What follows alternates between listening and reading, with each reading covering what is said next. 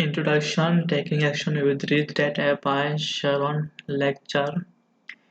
In Rich Dad's Cash Flow Quadrant, you introduced the cash flow quadrant, which describes the four types of people in the financial world.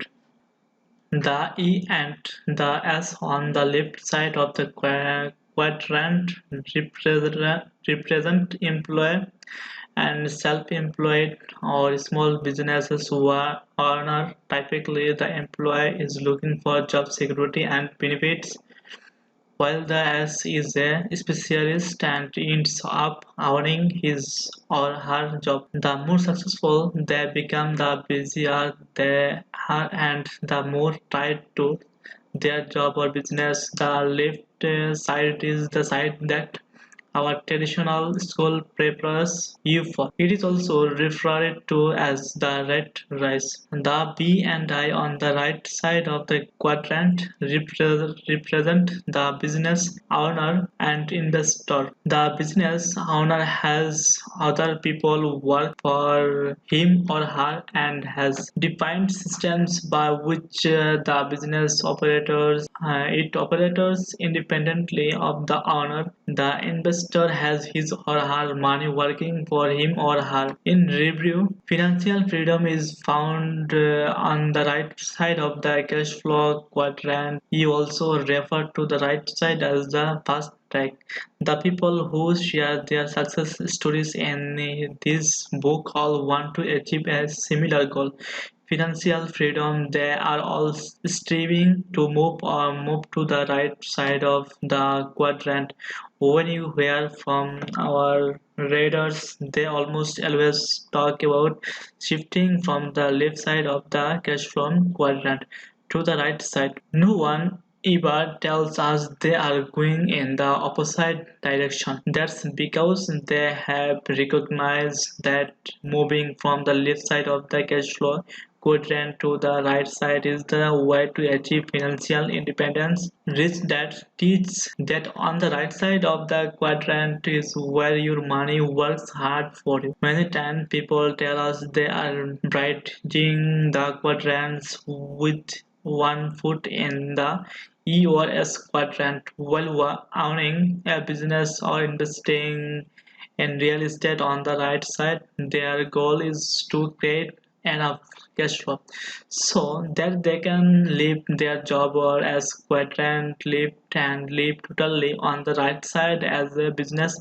owner and investor. Their stories tell the difference between being totally dependent on others for income versus being in control of one's financial life. They share the fears they face it around money and how they learn to overcome that fear as well. As Rich added advice, they developed their own path, one that was right for them. They took steps to achieving financial security by either buying businesses or investing in real estate for or both. People who already own businesses used Rich Dad's lessons to help them run those businesses in a better, more owner-friendly way. None of them were money experts before they began their financial education. Some hold advanced degrees from notice universities, others just made it through high school.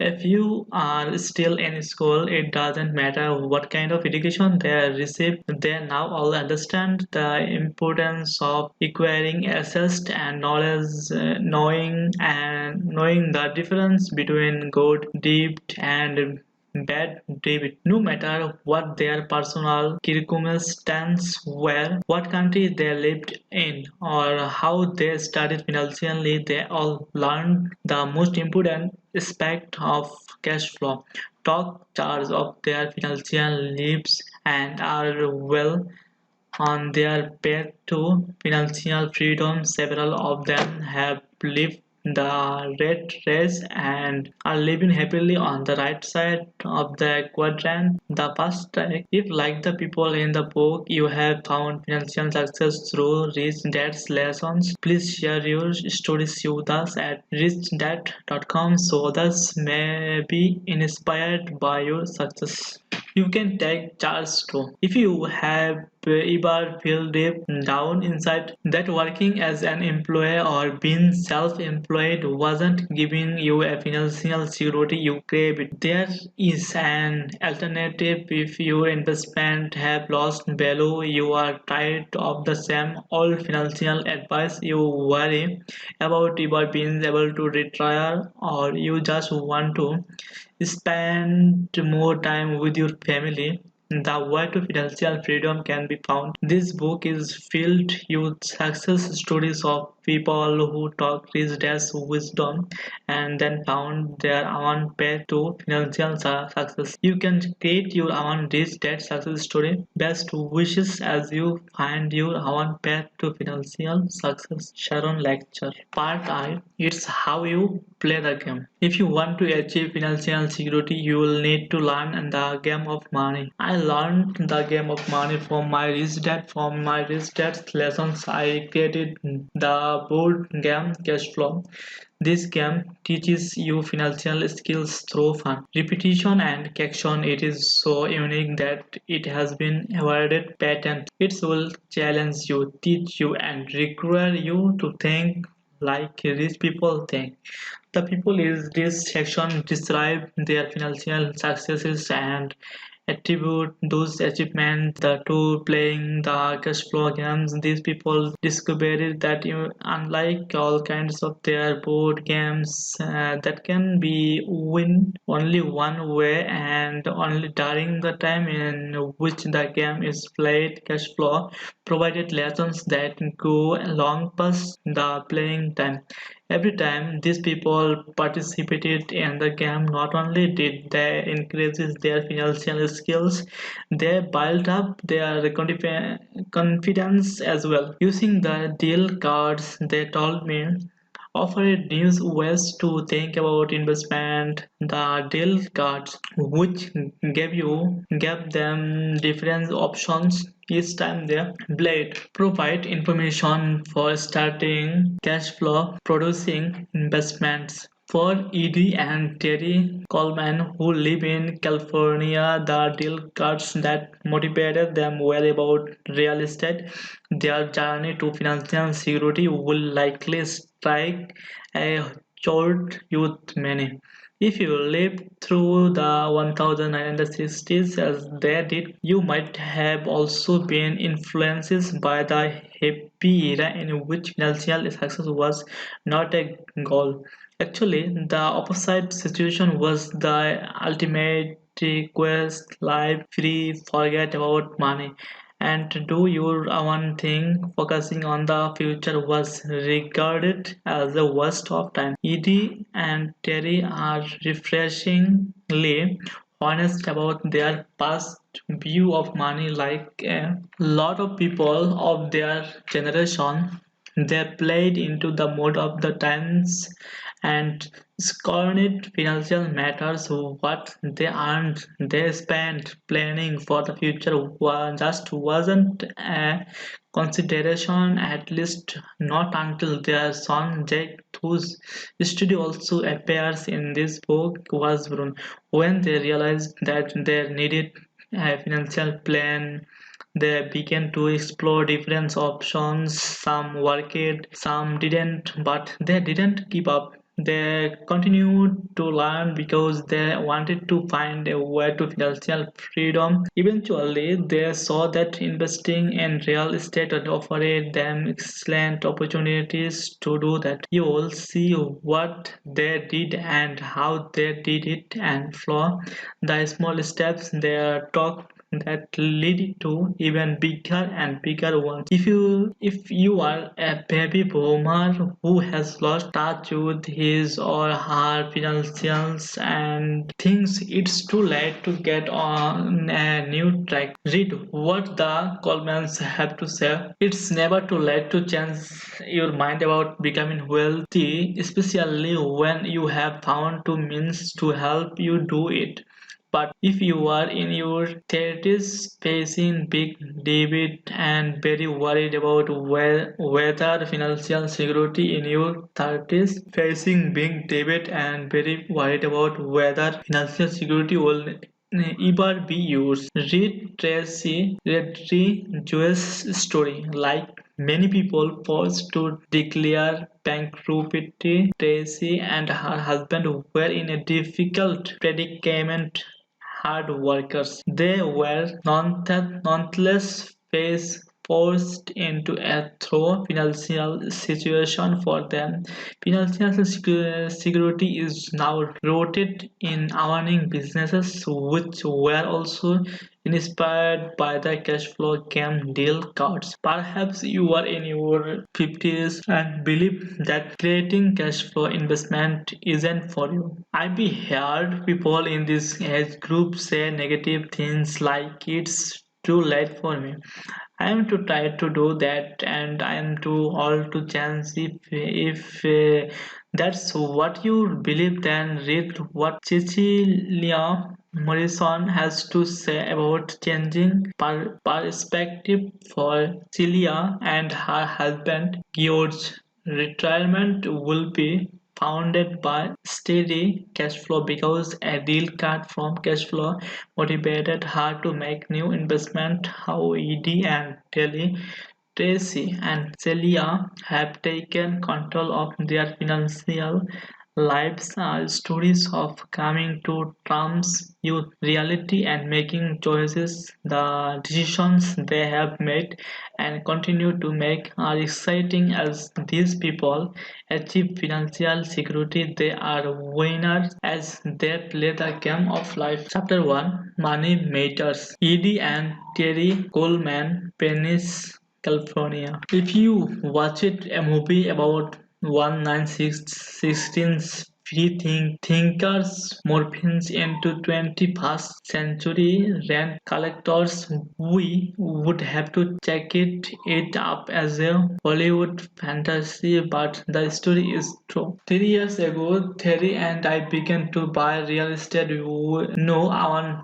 8 homes in 3 states worth over $1 million. How and why you changed our minds and moved from fiscal stagnations to financial action is in a very profound way the story of how many in our generation have changed to. Take one. Maybe our pre-real estate situation shouldn't have been so surprising. Money had not been a topic of discussion in my house, so I didn't receive any information, much less training about it. My parents thought I was irresponsible where money was concerned. As soon I got it, I spent it. In contrast, my younger sister, the responsible one, always saved her money.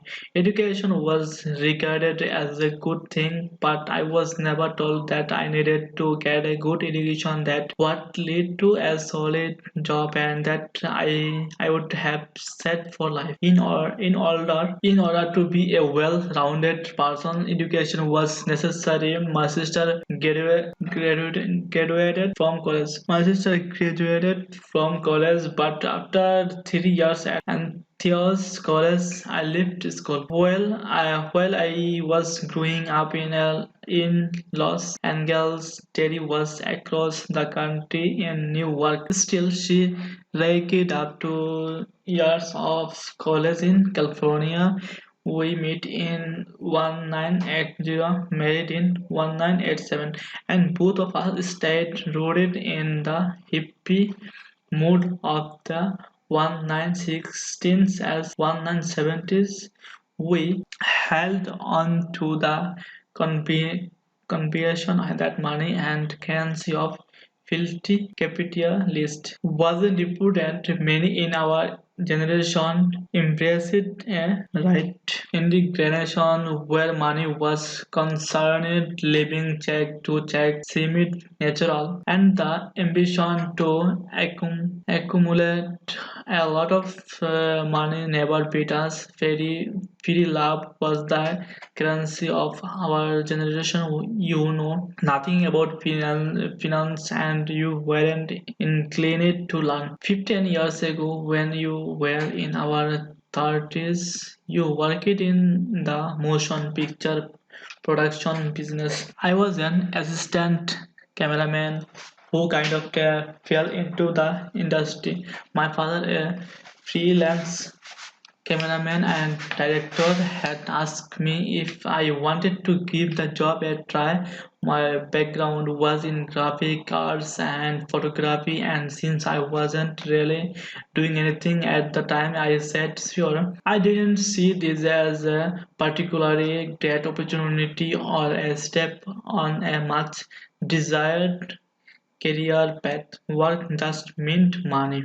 One day, Terry came to the set where I was working and noticed to make up specialist of effort. The skill appealed to her and she became a makeup artist as well as a hand model. We were hired to do a lot of commercials which entailed travel at hotels and a rather glamorous lifestyle. Sure, you work it job to job and put a 15 hours a day, 10 or 20 days a month, but the rest of the time was ours.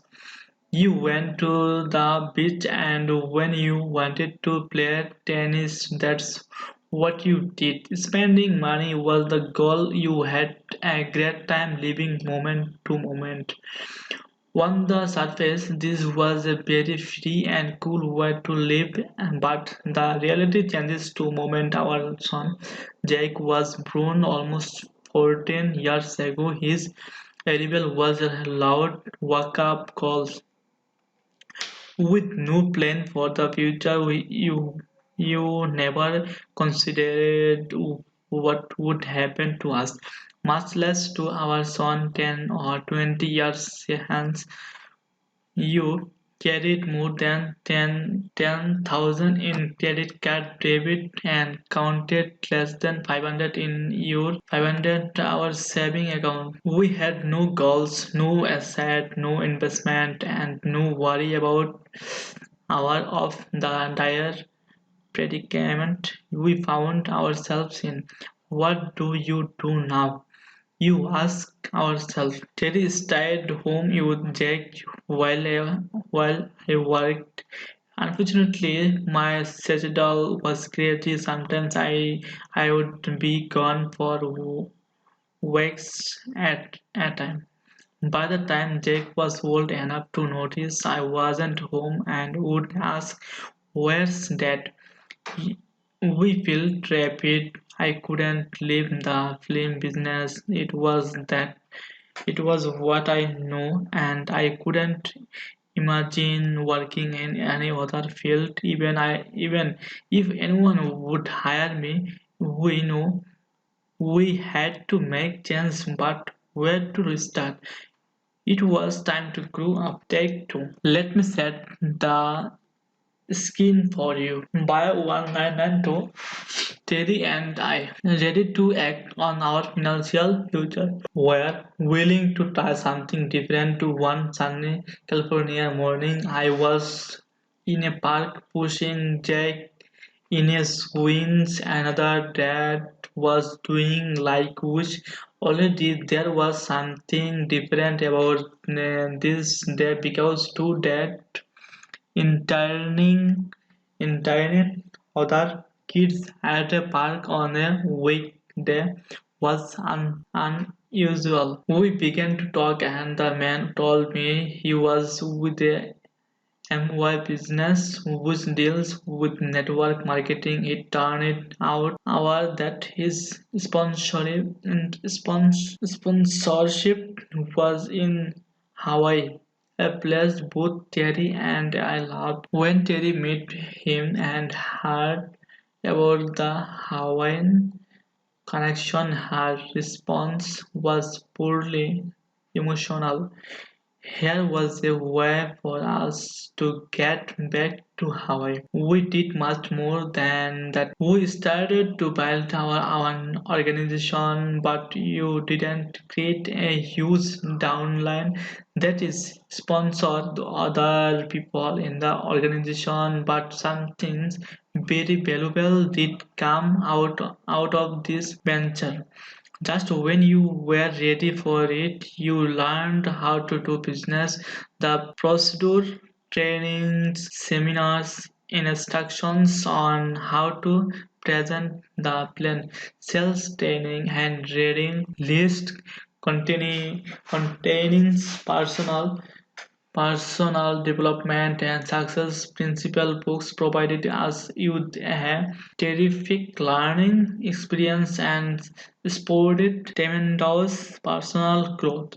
We studied and associate with successful people you could learn from mingling with millionaires who shared their wisdom, unlocked our minds, and cast our narrow views about finance. How many could be used in addition to how the world of money worked was a mind expanding experience. The suggested book list was particularly valuable. The richest man in Babylon really opened our eyes to the way you were dealing with money. 2 years after reading that book, all our credit card debit had been eliminated, and our saving account held thousands of dollars. How to win friends and influence people was another enormously important book for us. Reading it gave us the tools to deal with others effectively. Being in the right place at the right time. In this instance, the showing Saturn Park led to business trainings. Now you had graduated from the first phase of our financial education. What you wondered where you supposed to do next. Take 6 years ago, I became self-employed when I established a service business. We alone use 6 independent contractors who works project by project, supervised the transfer of film to videotape for commercial productions companies. Organically, I had a partner who I subsequently bowed out in spring or 2000 with no investment capital to tap into. You ran the business from a tiny back bedroom in our house for the first 4 years. A computer, fax machine, cell phone, and pager were all you needed to get started. Carrying law overhead was a clear decision, and you were placed in our virtual office, where a 24-hour service outside the house handled our calls. A real person answered the phone, you the name of our business, took the message and paged me. I returned the call right away. I took care of everything from sales and billing to scheduling, from training to million mailings out holiday cards, doing the bulk of supervising the session was also my responsibility. It was exhausting. A couple of years ago, we hired a part-time office person to take over the day. Today, Operating functions such as billing and data entry, but even with the roster of associates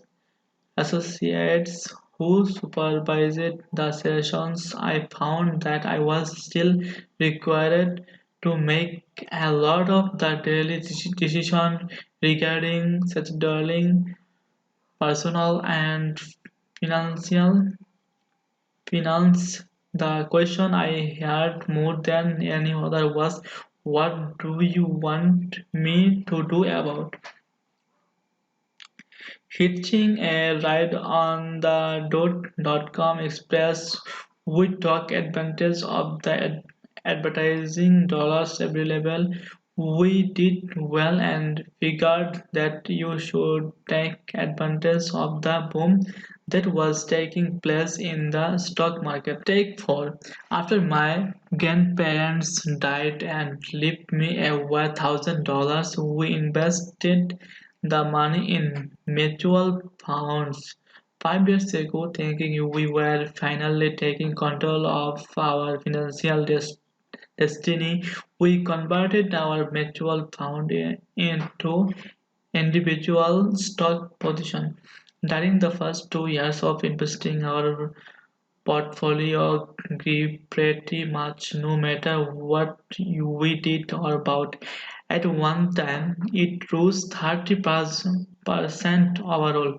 Over a period of 3 years, our investment, which included 5 account, totaled 80 dollars. After doing some rudimentary research, we thought we picked solid, reliable companies. We bought shares in companies such as AT&T, Dell, General Electric, DuPont, Kodak, GM, Berkshire Hathaway, Microsoft, Lucent, Qualcomm, and a few smaller, riskier stocks as well. Complacent, I didn't monitor our portfolio nearly enough, nor did I follow closely the financial information the companies were sending me. I didn't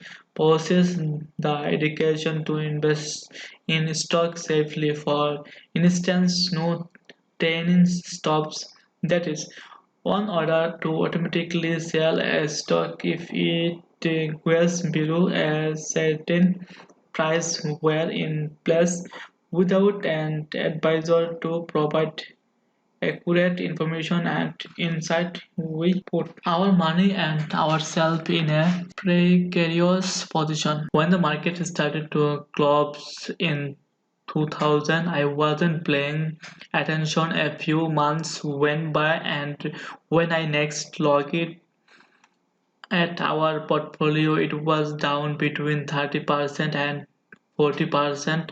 Still, I did nothing because I was waiting for the market to recover.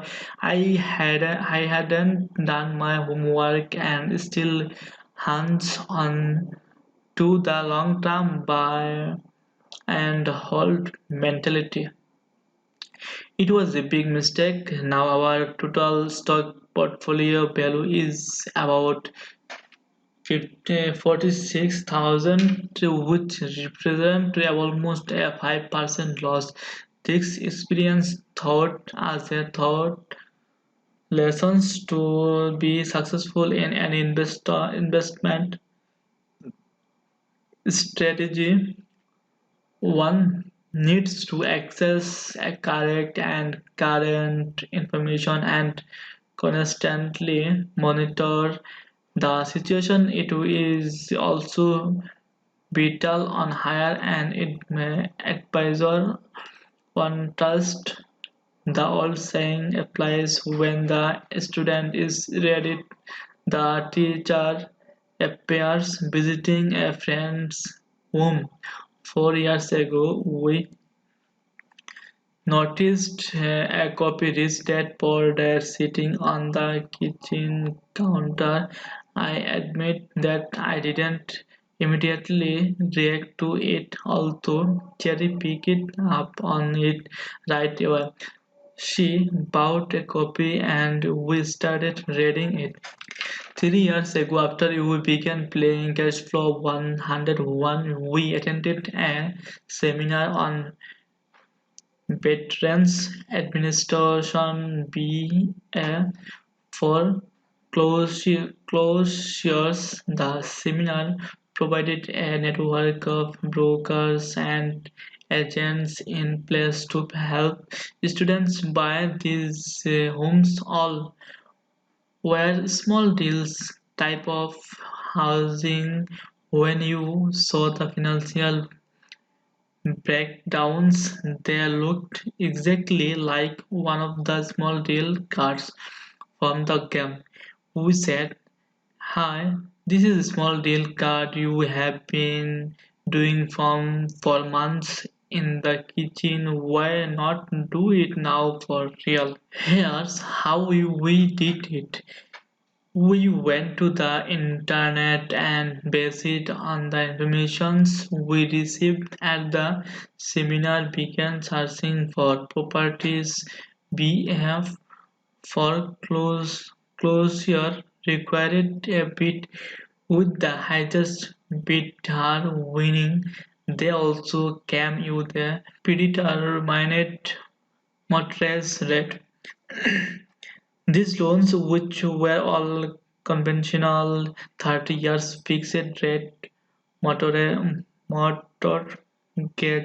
were very easy to qualify for. When we began buying real estate, the rate was 8%, and over time it dropped by in, increments to 6%. Initially, our focus was on southern Florida and the Phoenix area, so we contacted real estate agents in Port St. Louis, a bedroom community of Plain Beach, as well as in Phoenix. Our reasoning was this: we were interested in the lowest cash investment required, and those two states qualified. Each state within the BA program has slightly different parameters. For example, in Florida, the BA requires $1,000 down to buy property. In Arizona, the amount is $5.